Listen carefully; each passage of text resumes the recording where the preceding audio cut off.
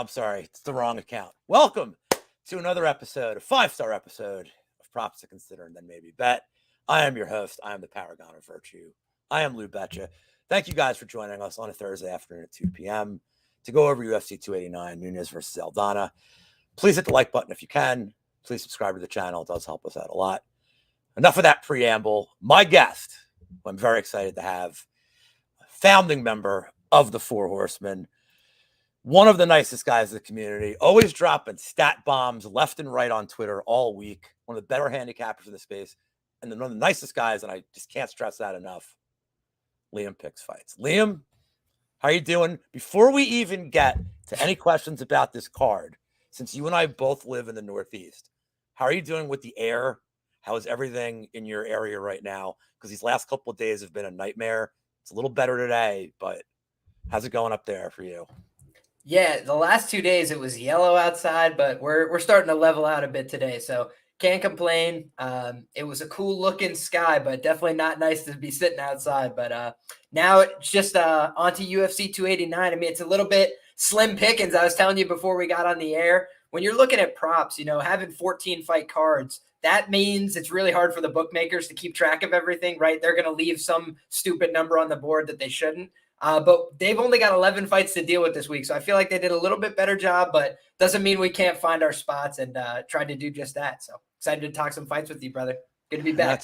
That's what we're here for on the show, to break down some props. So I have included all of Liam's, his Twitter, his YouTube. It's in the crawler. It's in the description below. I'm very excited. And without further ado, because one of us has a horse racing video, a soccer video, and a few other MMA videos today, let's dive right into it. Liam, what is the first prop to consider and then maybe bet that you have as I shout out chat?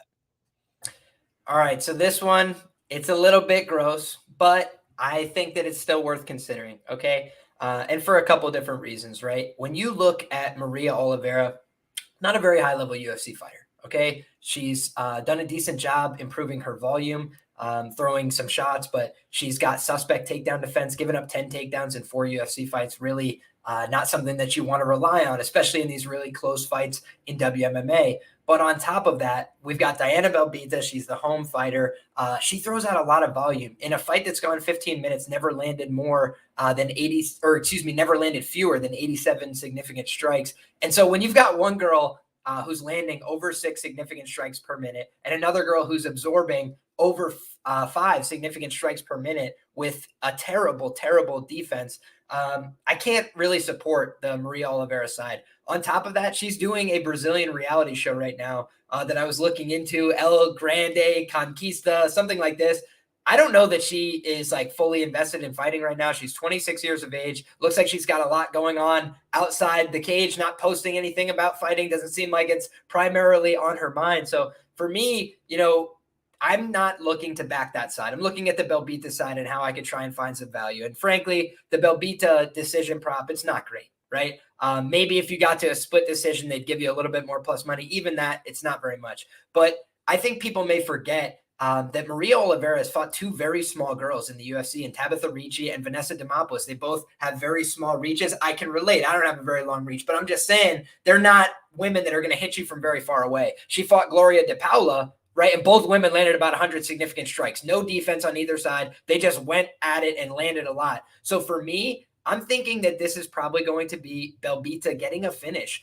We've seen 3 out of 6 career losses come inside the distance. Perane Valetudo purple belt here on the Maria Oliveira side. So for me, that's the one thing that makes me think, man, maybe she's improved her jiu-jitsu. Maybe she's gotten a little bit better there. But I think that she absorbs too many strikes. I don't think she reacts well to getting hit. And we saw her quit in the very first round when things were going sideways against Marina Rodriguez. So I think if she's been off doing other things, if she's not well trained for this fight, and if she's not in good condition, she could easily decide to quit at some point in this fight. No mas. I'll get out of here. And so I don't think Diana Bellbita is Marina Rodriguez on the feet. I don't think she's as punishing, but she's going to land a lot of shots. She's going to land a lot of volume, and she's got the length to match. I kind of like the Diana Bellbita side here. I think she's live ITD, and I think that you should consider betting the ITD and the finish props, specifically the KO here when she's landing over 6 significant strikes a minute at plus 800. I don't mind that. And the ITD as well, over almost 5-1, over 4.5-1. I don't think that's a bad look. It's a good way to start the card. The one thing I thought was interesting when I first looked into this matchup, just looking at the numbers, you and I know that MMA math is horrible. It's a horrible way to look at fights. And yet, like, you're looking at this matchup and you're like, well, why is it so closely lined? Are they looking at the DePaula fight as like, this is the standard? Like, this is the closest we can gauge their talents? Because I think that Maria Oliveira just had a lifetime performance in that fight. I really do think she, as a huge dog, came through, just looked outstanding. I think Bellbita, to your point, she throws more volume. If there's anybody that has takedown equity, it's her. Oliveira is like Altamirano in terms of vertigo-induced takedown defense. So I do favor the Bellbita side. Those finisher props are super interesting, and that's a pretty good number to consider, especially on any kind of pay-per-view, and this is a narrative type of statement, but they want to start out the pay-per-views with a bang. They know they want to have some kind of explosive finish. I know you don't look at Oliveira and Bellbita, or Bell Burr, of course, as Best Fight Odds has been calling her for years. I know you don't look at that as like an explosive kind of fight, but I do think Bellbita has all the finish upside here. So I love that look. All right, let's see what I want to go to first. I can't. All right, I'm going to do the one. There's two of these that make me sick, Liam. They make me absolutely sick. And a lot of these are numbers plays. They're not even like my prime pick for the fight. Kyle Nelson round 1 KO is plus 900. Now, do I think Kyle Nelson's some kind of great fighter? No. Do I think he has cardio concerns? Absolutely. Which is why I'm playing him round 1. I know Builder's never been KO'd, and typically that steers me away from taking a prop like this. But my God, has he been rocked so many times, and he's been rocked by way lesser talents than Kyle Nelson. At the very least, he's probably going to be strong the first 5 or 6 minutes. I think if Builder's throwing kicks, Nelson could very easily catch one of his very lazy kicks, get on top, and just pound them out. Whereas I don't favor Nelson past the 5-6 minute mark here. Plus 900 for a round 1 KO is pretty good, especially when you look at some of these fights. And I know you're a big person on markets, Liam. Some of these fights that are guys that are around 1 KO or bust. I don't know why this one came to mind when I looked at these numbers. The Prado KO against Malarkey, a guy we just saw get dominated on short notice or KO'd short notice. Prado's win condition appeared to be around 1 KO or bust, and it was plus 600. A lot of these guys that I've seen that are making their debuts around 1 KO or bust are in that plus 500 to plus 600 range. You're giving us plus 900 for a guy that, whereas I don't think he's the most skilled, is the more experienced fighter, is fighting at home, is fighting against a guy who has incredibly suspect striking defense. So I think for plus 900, there's some meat on the bone. I favor Builder as the fight goes on, and there's going to be a big fade on Builder coming up. But for plus 900, I like the poke here. What are your thoughts on that fight? It's a pretty low level fight to begin with, but I actually thought about making that one of my prop plays, and I couldn't quite get there just because in his last fight, Kyle went out there with a little bit of a different approach. He's trying to mix in a little bit more of the wrestling, maybe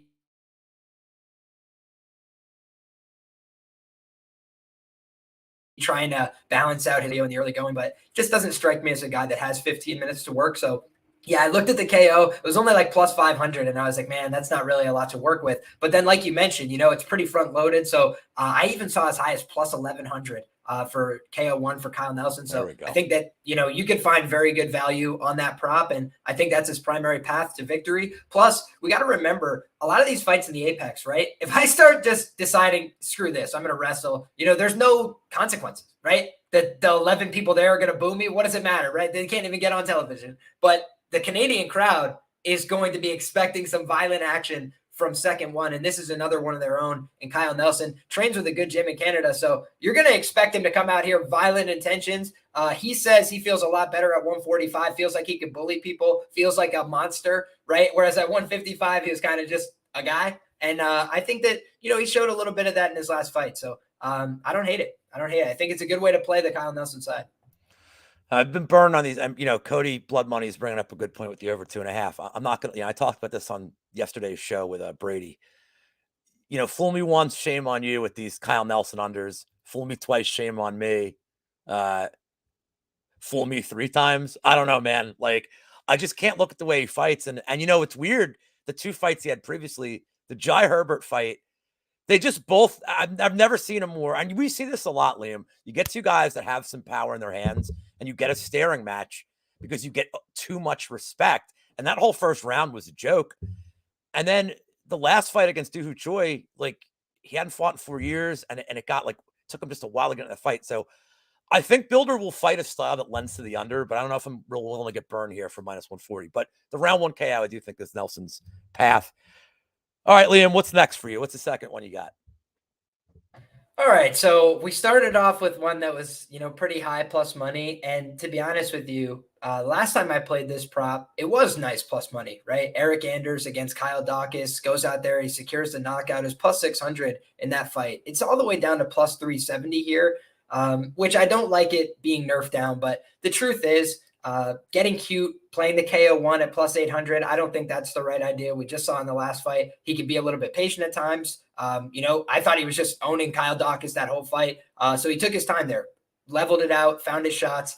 I think that for MAB, he's going to want to mix in the takedowns here. He's going to want to get on top. He's going to want to try and avoid some of the heavier shots from Eric. I think that he is the better volume guy. I think he might come on strong late, but I don't know. He might not get late into this fight. I think the athleticism gap is pretty wide. I think that MAB on the sauce was doing a really good job of not getting finished in fights where he was losing, but he got caught. He ended up, I think, coming back maybe off the sauce or a little bit different concoction or something, because he hasn't quite looked the same in terms of the cardio, I don't think, since he got suspended. And so, he had a win overturned in the UFC. He's had a couple finish losses, and you could, point to, hey, Chidi Njokuani, really dangerous guy in the early going, very dexterous with both legs and these kind of things. Yeah, for sure. Eric Anders, though, can hit you like a truck in the early going. Darren Stewart, the second time they fought, did a better job of grabbing a hold of him and making it a clinch fight and things like that. And sometimes Eric can be lulled into that. But when they're at distance, he's been pretty dangerous with a lot of guys. He's had a lot of really competitive fights as well, a couple split decision losses, things that didn't go his way.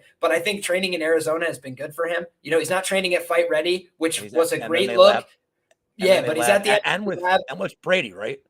Yeah, with Sugar Sean O'Malley. He's been training in a lot of really good areas. And I think when he was in Alabama, he definitely stagnated. I think we've seen some improvement. So he's 36 years of age. There's not really much more time for Eric, but I think what he's looking for these days is $50,000 checks. And you can do that by knocking guys' head off. MAB is a Canadian guy. I think Eric might have the good sense that God gave Geese to know that they're going to rob him if this goes to the cards. So I think he's going to be swinging for MAB's head. And MAB's cardio and his durability tend to come and go a little bit. Sometimes it looks great. And everybody, all they talked about in the lead up to the Chitty fight was this guy's the most durable guy. First shot, he goes down. It's like, that's MMA. At the end of the day, it's a 185-pound fight. Anders, athletic, big, hits like a truck. I think plus 370 on the knockout. You could do worse. Yeah, I'm on the Anders side on this one too. And the one thing I was concerned about the camp move. And so he's training with Sean Brady at whatever his new gym is. The whole Daniel Gracie gym's falling apart in Philly. So I was reading somewhere that he's been training with Brady as well.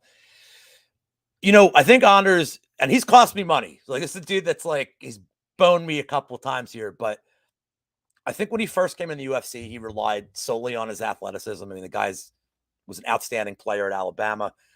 I think that he's just going to be a great athlete. And, as you start against the lower rung guys, that can be enough. As he's gone up and up, he realizes getting takedowns isn't so easy, even if he's the stronger guy, even if he's the more athletic guy. So we saw that in the Iron Turtle fight. I think he attempted 20-some takedowns in that. He got credited with 2, I believe. I don't have it up right now, but very low percentage. I do think he'll get takedowns easier here against Barriault. I'm not expecting him to get takedowns like Fluffy was, where he's just ragdolling him.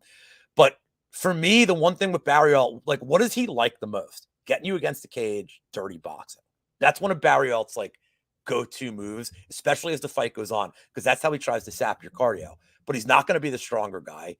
And if Anders and him are against the cage, it gives Anders that opportunity to just shoot for takedowns, to make it ugly, to win minutes against the cage too. I'm with you. I think the KO happens, and I think it probably happens from ground and pound more than anything else. But I love that look. The price is, crappy, but I'm with you on the look. All right, let's go to the other one that's going to make me sick here. I know we both want to talk about the Malott Fugitt fight, so I'll save that one. But let's talk about Nasruddin Imavov and Chris Curtis. So The bet that I'm going to do on this fight is Chris Curtis plus 3.5. I'm going to parlay it. It's minus 180. I do think he wins. He probably loses the first round at a very high clip, if history will tell us anything. And he probably wins the third round at a pretty high clip because his cardio is pretty good. If he does invest in the body, we've seen Imavov fade in the third round. I don't care about I don't care about the Strickland fight. They fought up a weight class. It was a short notice matchup. It was 5 rounds. Everything about Imavov's fight got kind of turned on its head. But I do care about the Buckley fight for this analysis. It was at 185, 3-round fight. And we saw him running away in the third round from Buckley at the last minute. It wasn't a great look. Curtis is going to hang in there. At some point, will Imavov go in the pocket and play Curtis's game? I don't know. He could just try to snipe him for 15 minutes. It would be wise. But I see Imavov winning this fight, the first round of this fight, at a pretty high clip. I see Chris Curtis winning the third round at a pretty high clip of this fight. So I don't know what to do with the second round, Liam. And you know what I do if I don't know what to do with the second round? I call up my boy Tim Troiano. I say, we doing this? He says, you better believe it. So I am picking this fight to end in split decision at plus 500. I will be playing both sides of it. Imavov's plus 800. Curtis is plus 1,200. If Curtis feels aggrieved that he hasn't been winning these close decisions, that plus 1,200 is a nice look. I think plus 500 is a crazy number for the split here on a fight where you're getting an over that's juiced to begin with. You're getting an over that's minus 185. And typically when you look at these numbers, if you get like, I'll use a women's fight for an example. If you see a fight that's, let's say, minus 250, minus 300 to go to distance, you're getting about plus 350 to plus 400 range for a split. It's weird that we're getting like this much value, I think. Plus 500 is great for Chris Curtis, who's been very durable, and Imavov's been very durable. So you get two very durable guys where I think Imavov wins the minutes. I think Curtis wins the moments. I think these rounds are really hard to judge. I think Imavov probably gets the crowd support here, but I think Curtis can turn it with some big shots to the body. I like this fight to end in split. And I think Curtis plus 3.5, not as a prop for the show, is kind of a look because I really do think he's going to win at least one round in a fight that goes the distance to me at a pretty high clip. What are your thoughts about that one? Do you have any action on it? I don't, but there's one thing that gives me a bit of pause, which is that, and I want to credit Cody Safdie because part of this point is something that he said, which was Chris Curtis has basically had 5 fights in 12 months, right? Where he's absorbed a lot of significant impact. And I think that that's meaningful. But the point that I had made also, so like that was a point from Safdie that I thought was really wise. But also he fought 2 months ago and he said he was knocked unconscious by Kelvin Gastelum, woke up and kept fighting. So it's like now 2 months later, we just did this whole ordeal with Jared Gordon, right? The UFC can't afford to lose any more fights on this card. They're like, Action Man Chris Curtis is on this card by hook or by crook. But the guy's telling they're like, you're fine. They're like, your head's fine. Exactly. Let's go. Exactly. But the guy's saying like, I was knocked out X amount of time ago. And so, you know, the history of Chris Curtis coming in and cleaning up the aftermath of a Sean Strickland win isn't all that promising. You know, it only happened once, I think, in 2 or 3 occasions. So, you know, he's a good fighter, but I also think that it's a lot to ask. I think Jack Attack makes a good point, though. So both of these guys are a little bit red flaggy to me. But I mean, hey, why would that not trend towards a split decision? You know, I worry about somebody getting finished here because I think Chris Curtis is pissed off about every fight going to the judges. I think he's going to try and swing for the fences as he tends to do as fights go on. You know, he counter strikes primarily, but he's swinging with a lot of bad intentions. That's why when he does land, he tends to find finishes in some of these fights. But I also think that he's there to be hit a lot of the time, and they don't call him the Russian sniper for no reason. So I think a little bit of danger that the fight gets finished, but I do think if it goes to the cards, we're looking at a very close fight. So I like the shot. Yeah, and Curtis being aggrieved at losing a split decision just gets him one step closer to fighting in the Parsippany League for my made-up title 5 years from now for a big payday for both of us, because I will promote that. All right, Liam, number 3. Let's save the Malott fight for the end, for the 4th one, since I know we both have a prop on that. But what do you have for your next one? Okay, this is one admittedly I'm not in love with because both of these guys swing for the absolute fences on the feet. But the stats suggested that it's a little bit interesting. And that is the fight ends by sub at a little over 5.5 to 1 for Dan Ige and Nate Landwehr. And the reason being is Nate Landwehr in recent years, he's been trying to lean into his grappling. He's been trying to take more guys to the ground, look for his submission, his front headlock series. We've been seeing a lot of evidence of that recently. Dan Ige on the other side, he tends to be pretty stingy. He tends to have a pretty decent sprawl. But when it gets extended beyond then, you know, he can get into some dicey exchanges. He can create elevator sweeps. He's shown jiu-jitsu competencies. So I don't think he'll be afraid to go to those realms, but I think if he tires out, you know, that's where the lane opens up for Landwehr, is only if he can tire out Dan Ige, maybe hurt him. Because Dan Ige, the one thing that goes unremarked upon sometimes is he has been hurt in fights, but he has good recoverability. Edson Barboza dropped him with a body shot, basically. You know, he got hit so hard, he froze up, grabbed a hold of Edson, and just fell backwards with him on top. And Dan Ige's shown good survivability. But when you're really badly hurt and you pull yourself to the ground, that's a recipe for getting submitted, right? And these are just some old habits I've seen from Ige. Haven't seen him in a long time. On top of that, though, you look at these two guys together, they're averaging 2 submission attempts per 15 minutes in the octagon.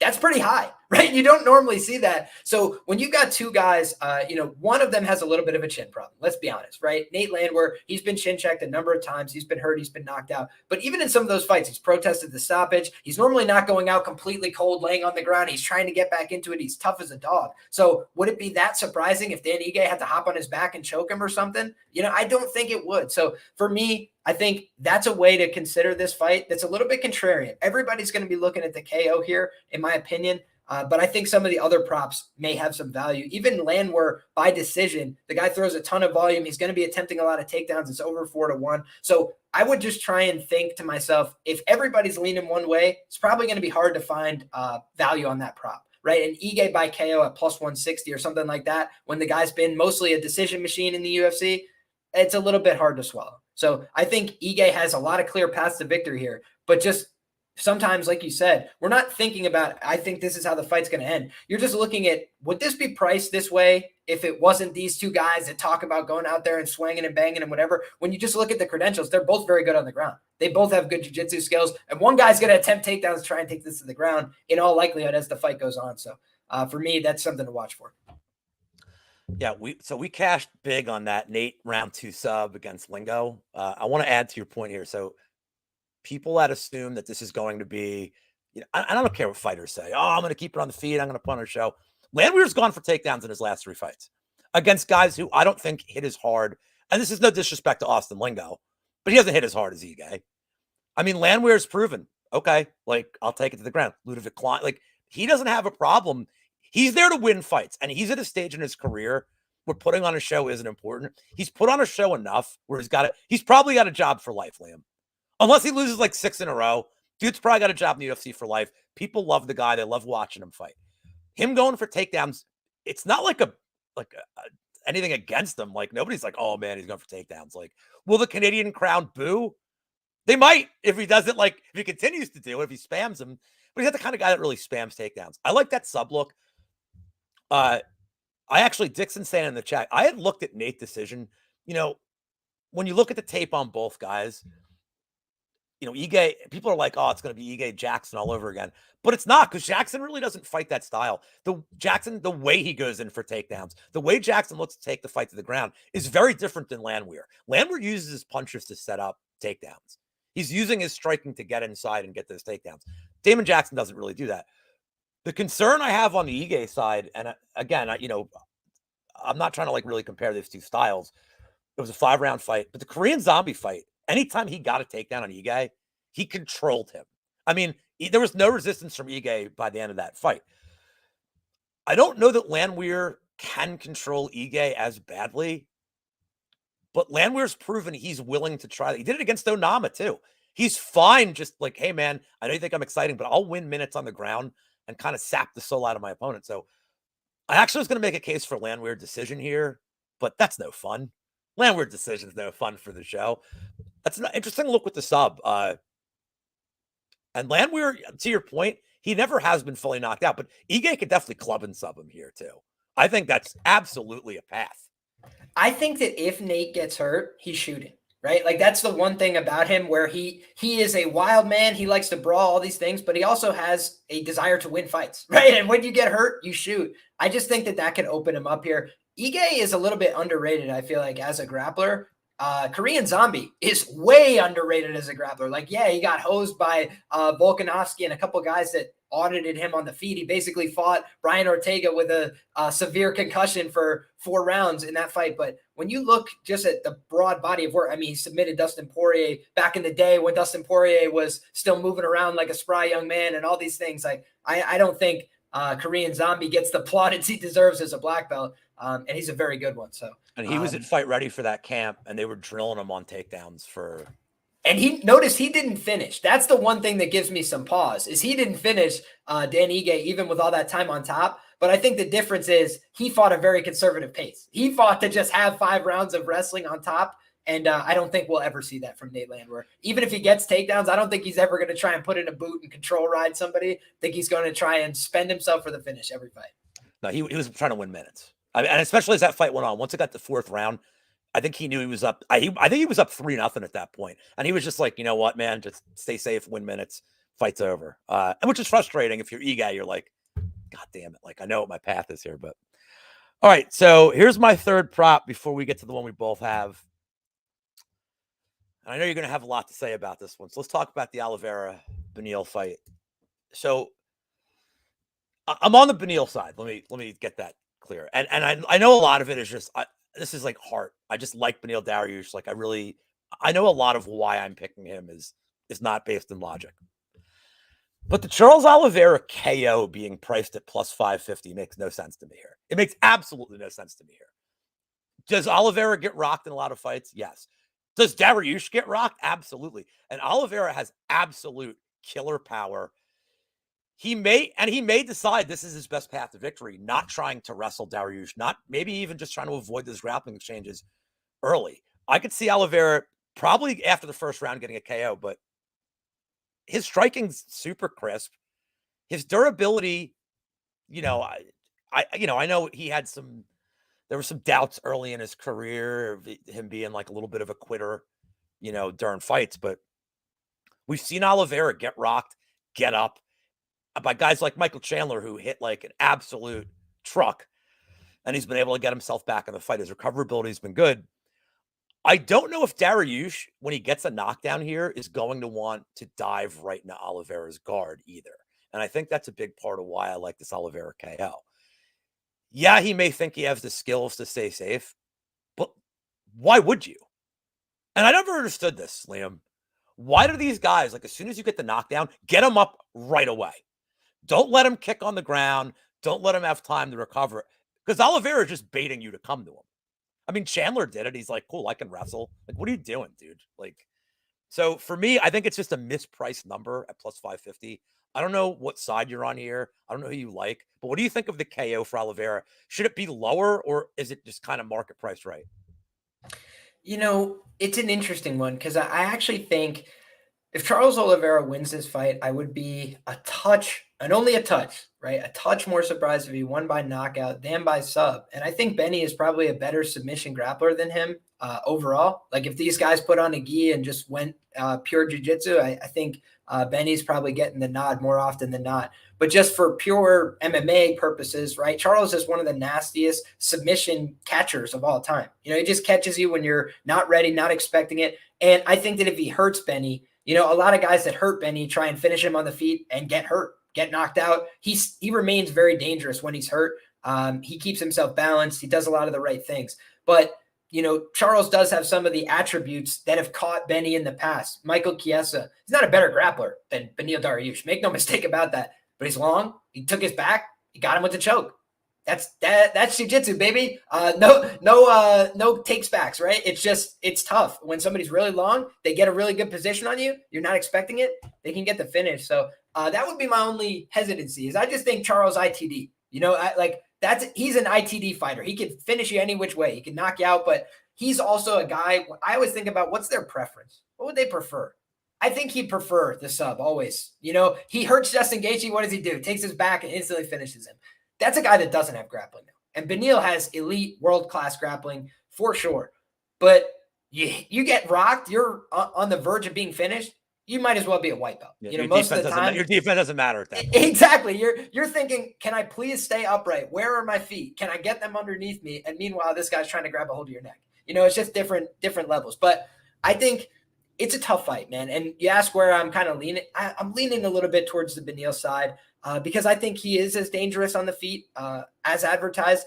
I think his defense on the feet is his liability, but the guy in his last few fights, he's just shown a dogged toughness as well.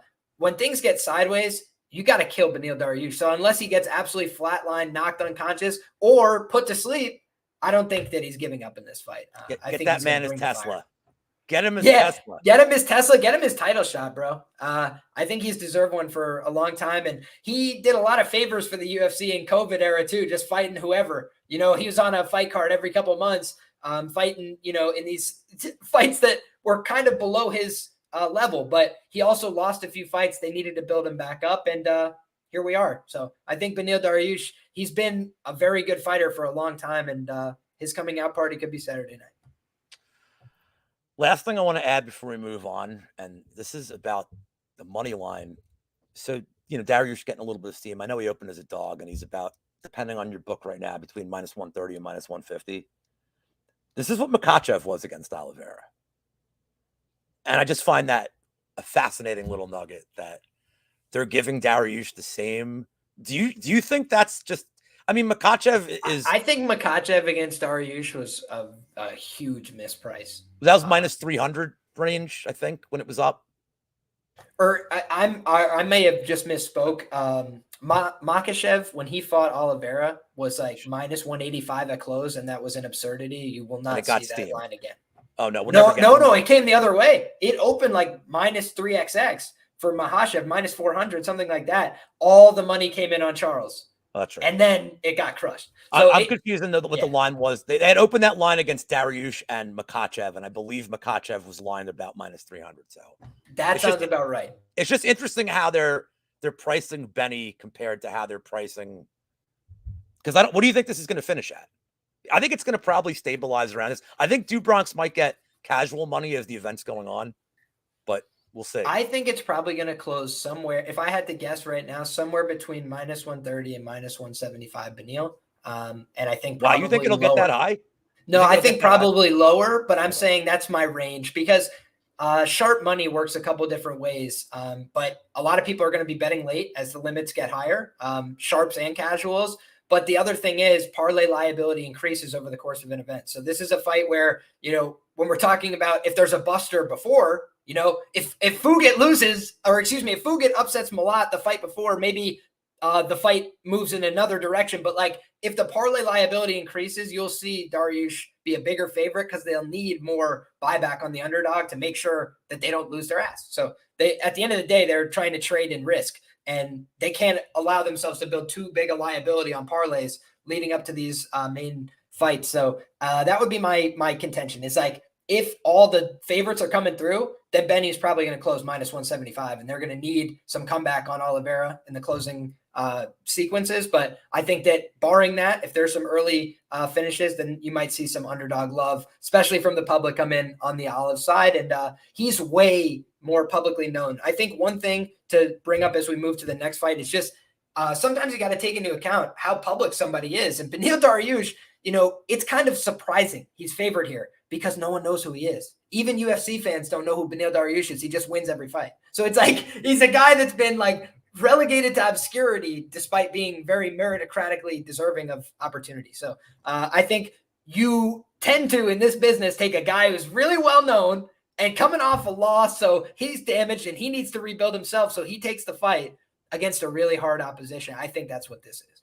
I think you just made an excellent point, and it's one that since I've only been doing MMA, seriously, let's say 5-6 years, I cap football and I cap soccer, and with soccer, when you're looking at money lines, and this is like with football, there's public teams like the Cowboys, but when you get bet, the money line will move.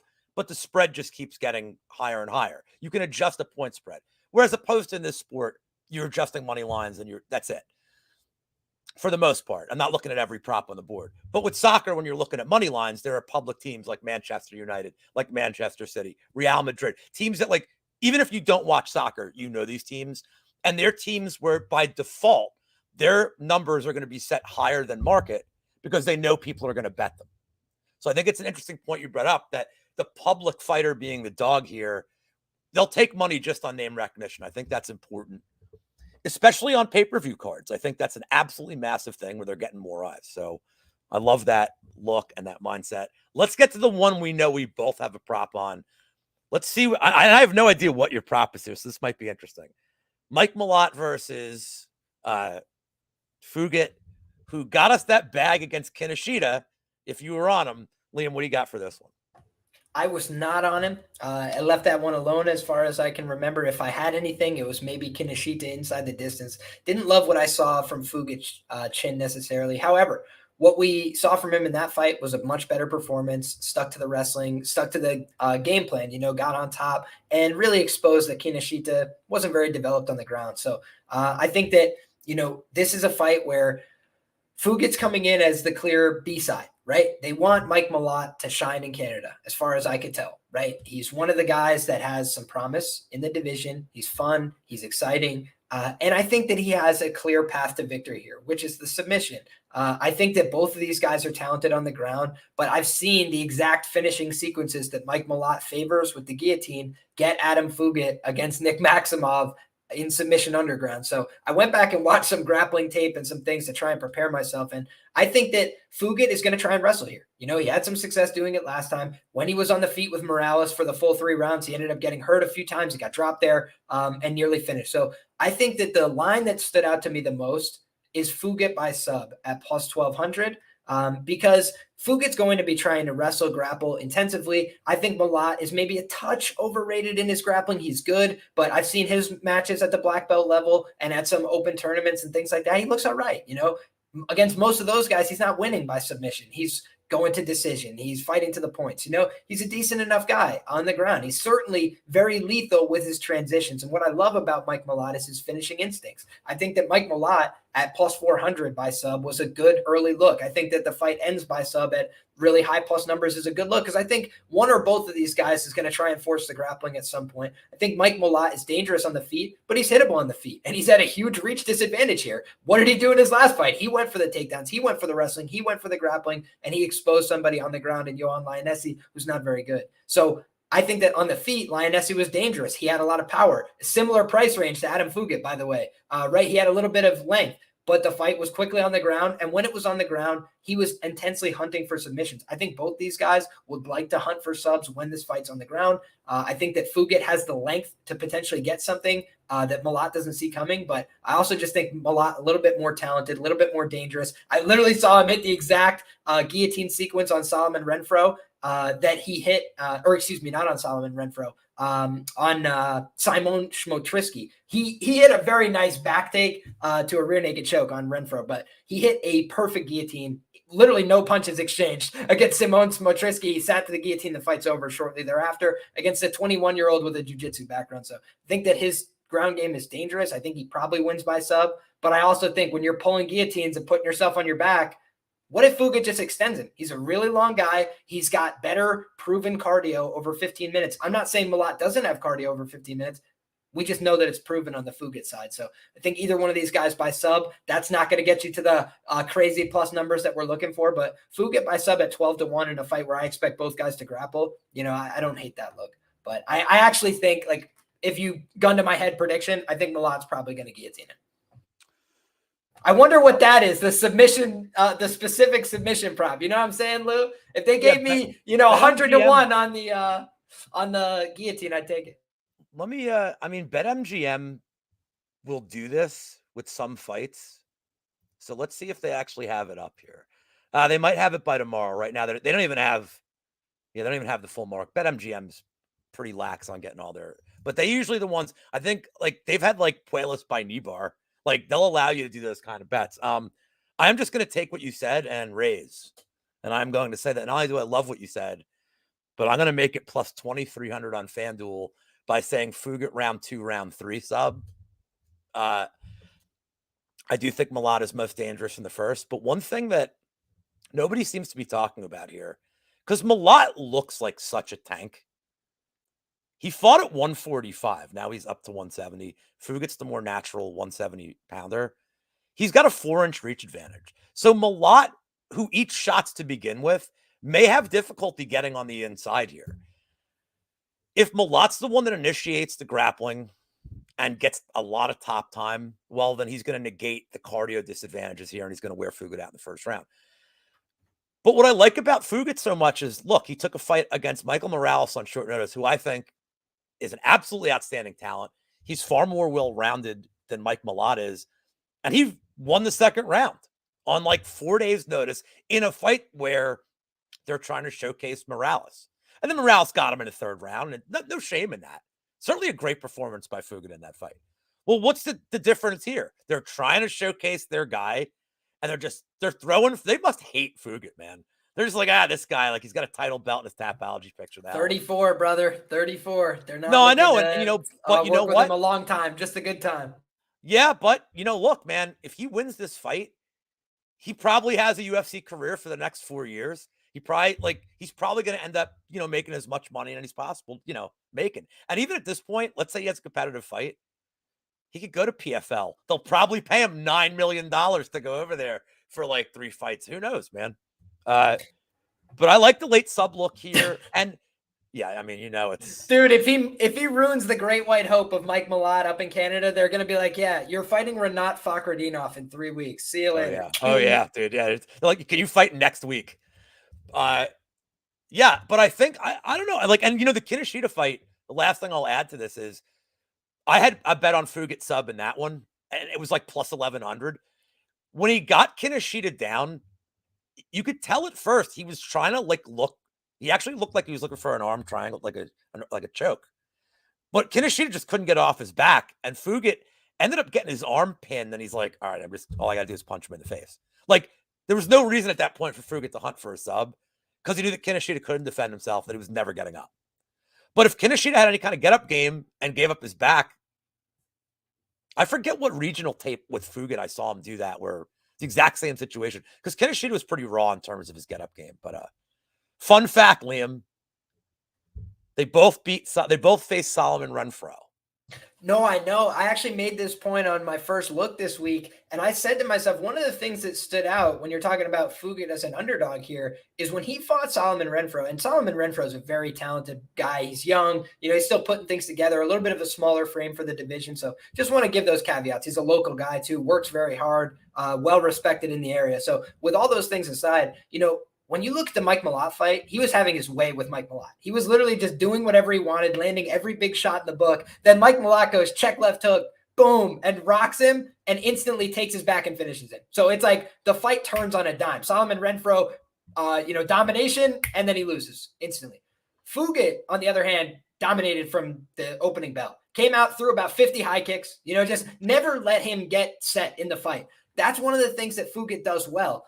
But again, can that get you taken down in the first 10 seconds of a fight? Yeah, because you almost know what he's going to do. He's going to run out. He's going to spam a bunch of kicks. He's going to try and, get you backing up, get you uncomfortable, and then he's going to start wrestling a little bit. So I just think Fugitt, he's a handful, and in that fight with Renfro, he never let Renfro get a chance, to get going. So that's what you have to think is a little bit dangerous here against Malott. If you're going to come bring the fire to Malott in round 1, that could be Malott's ticket to a victory, right? But it's also, if you can get him to spend that all in round 1, give his best, and you could see round 2, like Fugitt extended some of these other fights. People like Morales, he extended Morales. Exactly. Precisely. But I do think Morales didn't have the same ground game to fall back on that somebody like Malott does. I do think he alleges he does. He alleges that he's no, he does. It's all I ever. I gotta see it.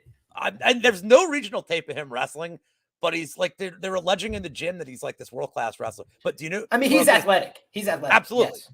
Can we just talk about who else beat Solomon Renfro? In case Wheezy's watching this, can we talk about who else beat him? Who's that? Johnny the Sluggernaut Parsons. Clearly and decisively, with no controversy whatsoever, beat Solomon Renfro. Not going to lie, I had a Johnny Parsons ticket there too. Yeah, and that was a card with I think Caio Barriault was the undercard. The undercard was 3 guys that have looked pretty good in the UFC level, and then Johnny Parsons Renfro was the headliner, which is so funny. That tells you who they wanted to win that fight. It was Johnny Parsons. No, but Wheezy, he clearly won that fight. Oh, he's going to be back soon. He's going to be back soon in England. He's facing Darren Stewart, I think. I kind of like that one for him, as long as he doesn't shoot his way into a guillotine. I wish they would have brought the Gilmore fight back for him. That was winnable. But all right, let's get to the main event. Amanda Nunes against Irene Aldana. You started last one, so I'll start here. I think the sub is wildly priced. I'm going to keep this short and sweet. The subs plus 500 at some books. The round 1, round 2 subs plus 750 on FanDuel. I think that's pretty good price too. I know there's a lot of Aldana love. That's fine. People, and I think there's some narrative based on we have a lot of Mexican champions in the UFC. I just don't see it with Aldana, man. I mean, if you want to do the narrative that Nunes wants to retire, that she doesn't care, that she didn't want Pena to have the belt, which is a fascinating comment, by the way. She's like, I came back so Pena couldn't be the champion, is kind of odd and petty. But I just, for me, I can't get past how Macy Chiasson just absolutely dominated Aldana and lost to a bizarre up kick liver shot, which you want to talk about like win by guillotine? Liam, can we get odds on win by up kick liver shot? Like, what are we capping that at? Like, I think against Macy Chiasson moving forward, it's going to be listed at like 8-1. No, Mills, you didn't miss the yambag play or the handbag play. But so anyway, for me, I'm just keeping it simple. I like Nunes by submission. Could she win by KO? Of course. But again, we're talking about props on the show, and I don't know, man. Like, how is this sub prop with somebody who has a clear grappling path here and somebody who has a clear grappling deficiency? How is the sub plus 500 for Nunes here? It's crazy to me. What are your thoughts on the main event? How does it happen? Tell us exactly how it plays out, by the way, because I'm going to put the bet in depending on what you say. So I've hit a couple of nice bets on both of these ladies, but also given some back, right? I bet Juliana Pena in the rematch with Amanda Nunes for narrative-based reasons, right? And I can explain to you exactly why in hindsight. I thought Amanda Nunes was done. I thought she closed the door. I thought she was like, I'm moving on with my life. And, you know, Lou, I actually think you hit the nail on the head in your analysis for why she came back.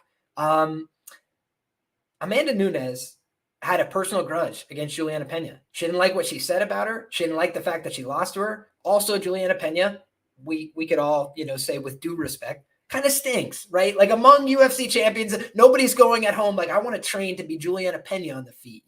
That's not what people are doing. So I think she's shown noticeable improvements at Valley Flow striking, but Juliana Pena is still just all right. And how did she win that fight? On grit, toughness, being a savage, being in her face and wanting it more. And Amanda got pissed. She poked the bear and she beat the absolute tar out of her in the rematch, right? Now what does Amanda Nunes have to prove?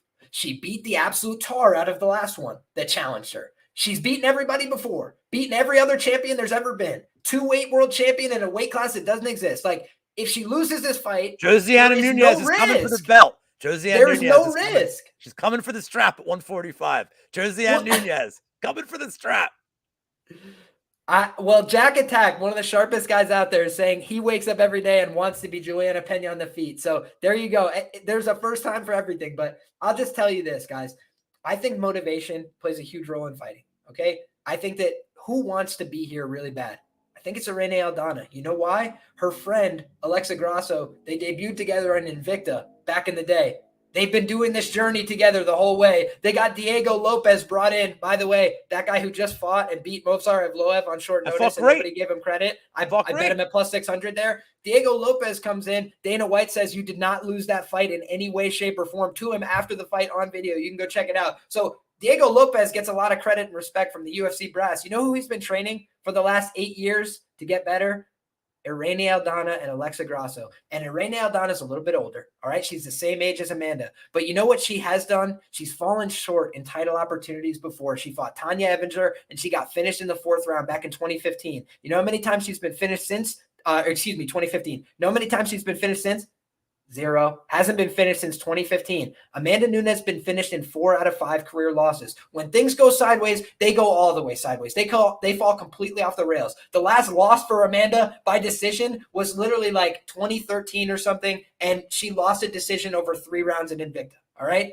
Amanda Nunes doesn't go to decision when she loses. All right? She gets finished. the things fall completely off the rails. And so I think Aldana ITD at plus 475 is too wide. Ooh. I think that is her path to win this fight. I think she's got to finish Amanda Nunes. She can hurt her on the feet. She has power. She has multiple knockdowns, knockouts at the UFC level. As far as the ground game goes, I think she's been showing improvement fight over fight. Macy Chiasson got to some top positions, nearly gave up her arm in the process. By the way, she has submitted Betchkohea via round 3 belly down armbar as well at the UFC level.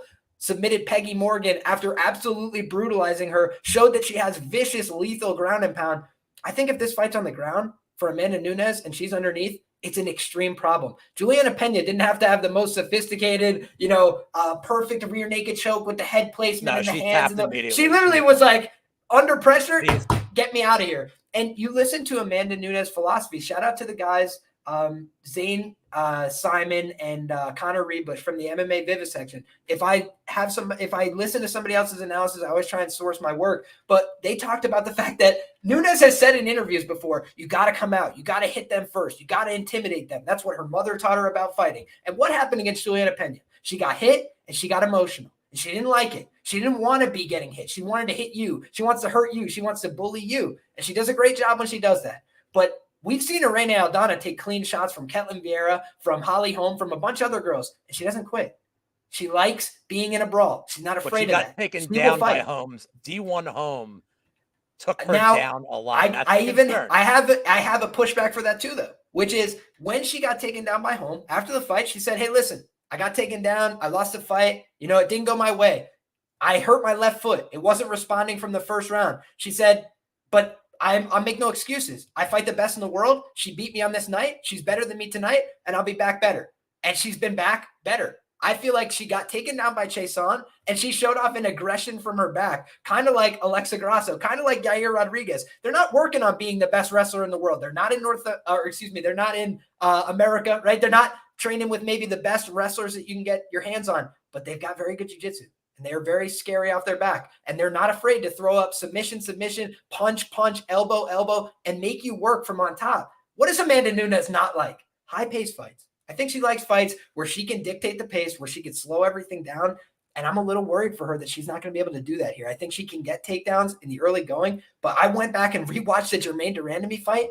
Her wrestling's not that good. I'm sorry. Her wrestling's all right. Her wrestling is mostly predicated on her being way better physically than her opponents. She's the same age as Irene Aldana. They're literally two girls that are both athletic. I think maybe you give a touch more athleticism to Amanda, but I think who's scrappier, who's hungrier, who wants it better right now today, I think it's Irene Aldana with no question. So I like Aldana. You're making me nervous. I don't like hearing all that, but that's good. Ends by sub, though. I looked at very long this week. It was like plus 420 on Rivers. They nerfed it down a little bit. If it goes back up, I will be taking some. And the reason being, I think Amanda's best path, I think if she's smart, she's going to take it to the ground and pass guard. But we haven't always seen that from Amanda. A lot of times, especially in 5-round fights, she'll stay in the guard. She'll be conservative. I think that's a mistake here. I think that we've seen Aldana be super aggressive from her back, and she's not going to not throw punches back up off her back. We've seen Nunes gets tired. With dominant fights against Jermaine, she was getting tired and she was looking gross, going for some of those takedown attempts in rounds 4 and 5. You start doing stuff like that, I think Aldana's still going to have some pep in her steps, some movement. I think that's going to be tough to do. So, yeah. All right. Well, at least everybody got two different views on this. Last question before we move on to my favorite part of the show. Do you think Amanda Nunes retires after this fight, win or lose? If she loses, I think absolutely. If she wins, I think she might do one more, but I don't think she's going to fight for very much longer. I'm demanding Nunes versus Nunes. I'm demanding Josiane Nunes gets her title shot that she's earned. She's cleaned out the 145 division, Liam. She's cleaning them out. I like it. Let's run it. I mean, that would be hilarious to me. All right. We're on to my favorite part of the show, the final segment. Guys, if you're watching, thank you for hanging in there on a Thursday afternoon. Please go follow Liam on his YouTube, on his Twitter. They're both listed down below. We're going to talk Yambag bets. If this is your first time watching the show, shame on you. And I will explain that we are betting on a fight that is most likely to have a point deduction. These are obviously supposed to be fun bets. These are not supposed to be serious bets. Don't put anything that's real money, $5-10, Obviously, we're responsible gambling on these, but these are fun, and there is a science behind it on my end, at least, talking to Wheezy at the Yambag Institute that we run in Copenhagen. I love when serious handicappers have to pick this because I still reference James, who you have on later, Lucrative, saying, you could tell he's like, oh man, I got to do this. And then a minute into it, he's like, getting into the science. He's like, well, all right. So, Liam, you being one of the smartest people I've ever dealt with in this space, I am very curious as to who your Yambag pick is for this fight and why. So I think that there's two good candidates. We will take both. Give them both. What we got is first Chris Curtis and Nasruddin Imavov. Why? Because they're both very emotional. They both like to bitch and complain at various points. I would not be surprised at all if we see some Imavov eye pokes from a distance. We just saw in the last fight a clash of heads. Chris Curtis, he's been very emotional, right? I think that we could definitely see some yambag shots, some knees to the nuts in the clinch. Definitely could see these guys getting a yambag. But the other one is another yambag returning special. Kyle Nelson and Blake Bilder. Blake Bilder gets rocked in a lot of his fights, could definitely make some weird decisions, crash into each other, headbutts, all this and that. Nelson, we saw in the last fight, if he gets that foul done on him, maybe he could sell it a little bit. Maybe he could give the crowd a reason. And plus, we're in Canada. So if our guy Kyle Nelson gets fouled, it's going to be an uproar. It's going to be people yelling, screaming from the rooftop. So I wouldn't mind a yambag shot there either. You're muted, my friend. I'm new at this. This is my first day with the new everything. You stole mine, which is great because then we agree with it. I too went with and it's funny. I was gonna go with Chris Curtis and Imavov, but if I did, people are gonna be like, "Dude, you just hate Chris Curtis," and I'm like, "All right, so I need something different." I love Bilder and Nelson as the yambags here, and it checks a lot of the boxes that I like. Number one, guy that just came off a point deduction. Number two, you have two guys with what I would say have rudimentary striking defenses, as in they're not good. You have a guy who's a gasser. You have the potential for ground game here, which leads to cage grabs. And you have people that both fight switch stances. So you will get those awkward striking exchanges here. With Bilder not protecting his face, which, by the way, I don't recommend in any profession. Always use like some kind of protection on your head. Yeah, like the eye pokes are there. Everything's live here. So I love it too. It's 20-1 odds. The Nelson one, the Chris Curtis one I may do is like just some kind of narrative, like, fuck, like I gotta do it kind of play. But we're both on the Bilder Nelson Yambag play, so always feel better there. Well, guys, we have made it. We have broken down all the props that are on this card. I would like to thank my guest, the amazing and hopefully still healthy with air quality Liam Picks Fights. Liam, tell the people where they can find you, what you have going on in a few hours, and everything else that you provide us, the community, during each week. Absolutely. Appreciate you, brother. It's always a blast. I think that these are a lot of fun fights and, 11 fights on the card, but a lot of them are action fights. So I think we're going to get some fun. We're going to get some scraps. We're going to get some disgusting low-level fights all mixed in there. That's what we love, a nice little potpourri of combat sports action. And you guys can always find me talking about it at Liam Picks Fights everywhere. The things I wanted to stress, 6 p.m. today, Thursday. If you guys are watching this live, I appreciate you guys watching and supporting my guy, Lou. You guys can find me on YouTube breaking down the fights with my guy Lucrative MMA, with my guy Gerhardt from YBB Sports Data. Two very sharp guys, two guys that love MMA, can talk about the matchups in depth. So excited to do that. We're going to be breaking down every fight on the card from bottom to top. And last thing I wanted to mention, I'm now on podcasts officially. It's taken me 3 years. I'm a tech Luddite of the highest order, but I finally figured out podcasts. So search Liam Picks Fights. You should be able to find it on all the major platforms. If it's not on a platform you're looking for, get at me and I'll try and get it up there ASAP. But I appreciate the support. Means a lot. And right back to work for me every week. So you can find me in the Lab VIP. You can find me on all those platforms, picking fights at Liam Picks Fights. God bless you all. Enjoy the fights. Until next time, it's been a pleasure. You can find them in the club. Also, Lou Betya on Twitter. Just want to say, so today I'm recording my Belmont breakdown. I won't spoil it, but I really like the number 3 horse and a lot of exotics. For those of you that F with the ponies, I will be breaking down the Champions League final between Inter Milan and Manchester City. Those will be 2 videos I'm releasing later today. And finally, and Liam, this is the part I think you're going to appreciate and laugh. Saturday, because I'm capping 3 sports this week in soccer, MMA, and the ponies, Saturday around 11 a.m. or noon, I haven't decided yet, I will be doing the Lou Betya Jr. Saturday Sports Jackpot Wad, sponsored by Royal Dance Danish Butter Cookies. Royal Dance Danish Butter Cookies. They're not that great, but you can store your weed in here.